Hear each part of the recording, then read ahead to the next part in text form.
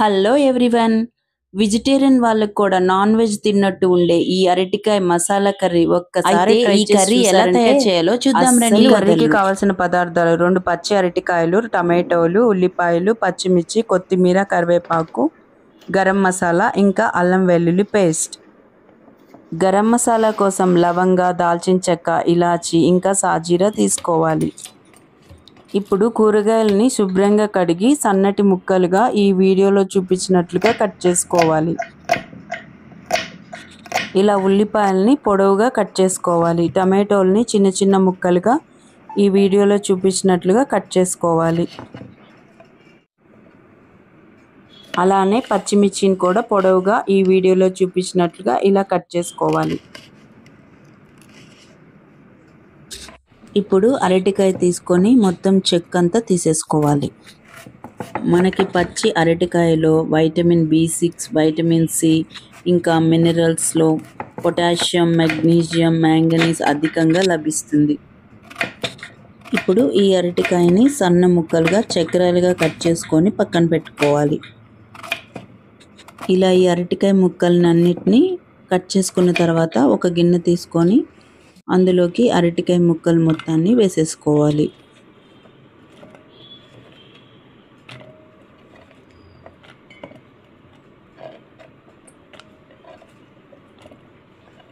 ఇలా వేసుకున్న తర్వాత ఇందులోకి 1 టేబుల్ స్పూన్ ఉప్పు, 1/2 టేబుల్ స్పూన్ పసుపు కూడా వేసుకొని కొద్దిగా వాటర్ వేసి ఉడకబెట్టుకోవాలి.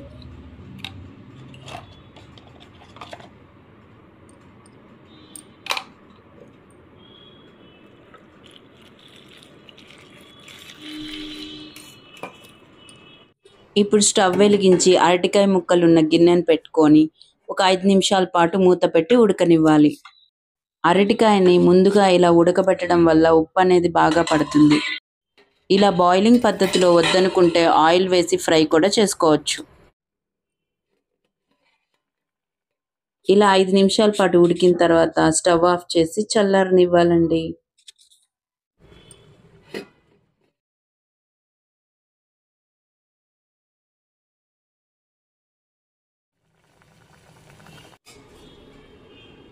ఇప్పుడు వేరే స్టవ్ వెలిగించి ప్యాన్ పెట్టుకొని ప్యాన్ వేడెక్కిన తర్వాత ఇందులోకి తగినంత ఆయిల్ వేసుకోవాలి.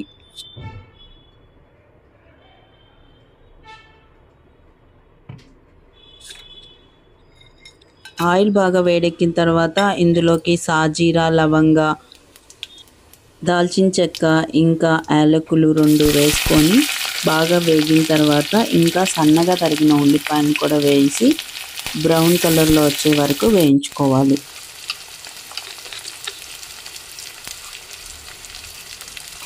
ఇలా వేసిన తర్వాత ఇందులోకి 1 టేబుల్ స్పూన్ ఉప్పు కూడా వేసుకొని బాగా వేయించుకోవాలి.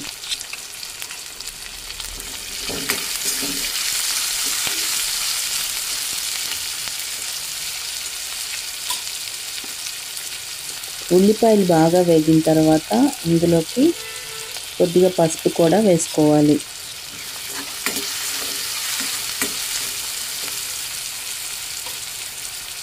ఇలా వేసుకొని వేయించడం వల్ల కూర అనేది మంచి కలర్ వస్తుంది. ఇప్పుడు ఇందులోకి 2 పచ్చిమిర్చి ముక్కలు సన్నగా పొడుగ్గా కట్ చేసుకొని వేసుకోవాలి. ఇవి బాగా వేగిన తర్వాత ఇందులోకి 1 టేబుల్ స్పూన్ అల్లం వెల్లుల్లి పేస్ట్ కూడా వేసి పచ్చివాసన పోయే వరకు వేయించుకోవాలి.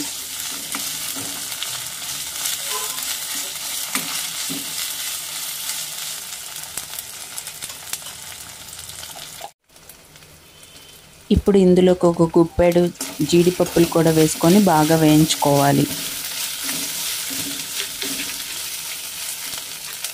ఇవి బాగా వేగిన తర్వాత ఇందులోకి కొద్దిగా కరివేపాకు కూడా వేసుకోవాలి.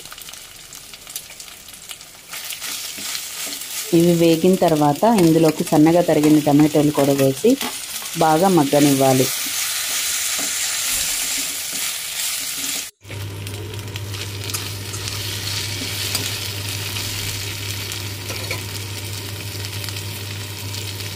ఇవి కొంచెం వేగిన తర్వాత ఇందులోకి 1 టేబుల్ స్పూన్ కారం కూడా వేసుకోవాలి.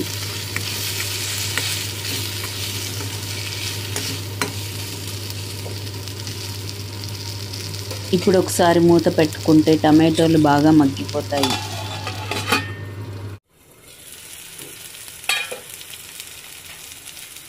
ఒక 5 నిమిషాల తర్వాత మూత తీసి చూస్తే టమాటో అయితే బాగా ఉడికిపోయింది. ఇప్పుడు ఇందులోకి మనం ముందుగా ఉడకబెట్టుకున్న అరటికాయ ముక్కలను కూడా వేసేసుకోవాలి. ఇలా ముక్కలన్నిటి వేసిన తర్వాత ఒకసారి బాగా కలుపుకొని కూర అంతా కలిసేలాగా పైకి కిందకి ఇలా వీడియోలో చూపించినట్లుగా ఇలా కలుపుకోవాలి.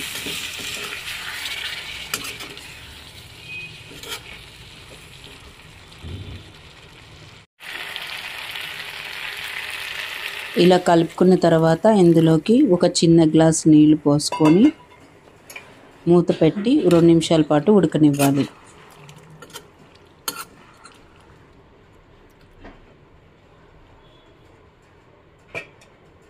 ఒక 2 నిమిషాల పాటు ఉడికితే సరిపోతుంది.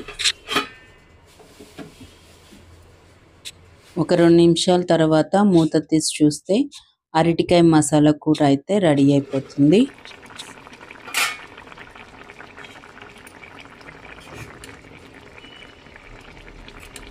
ఇలా ఉడికితే సరిపోతుంది. చూడండి, ముక్క అనేది మరీ మెత్తగా కాకుండా కరెక్ట్గా ఉడికిపోయింది.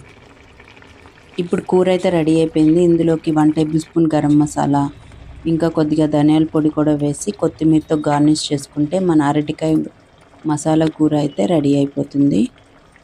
ఇది అన్నంలో కానీ రోటీతో కానీ చాలా సూపర్గా ఉంటుందండి. నచ్చితే తప్పకుండా ట్రై చేయండి. ఇంకా లైక్ చేయండి, కామెంట్ చేయండి, సబ్స్క్రైబ్ చేయండి. Thanks for watching. బాయ్.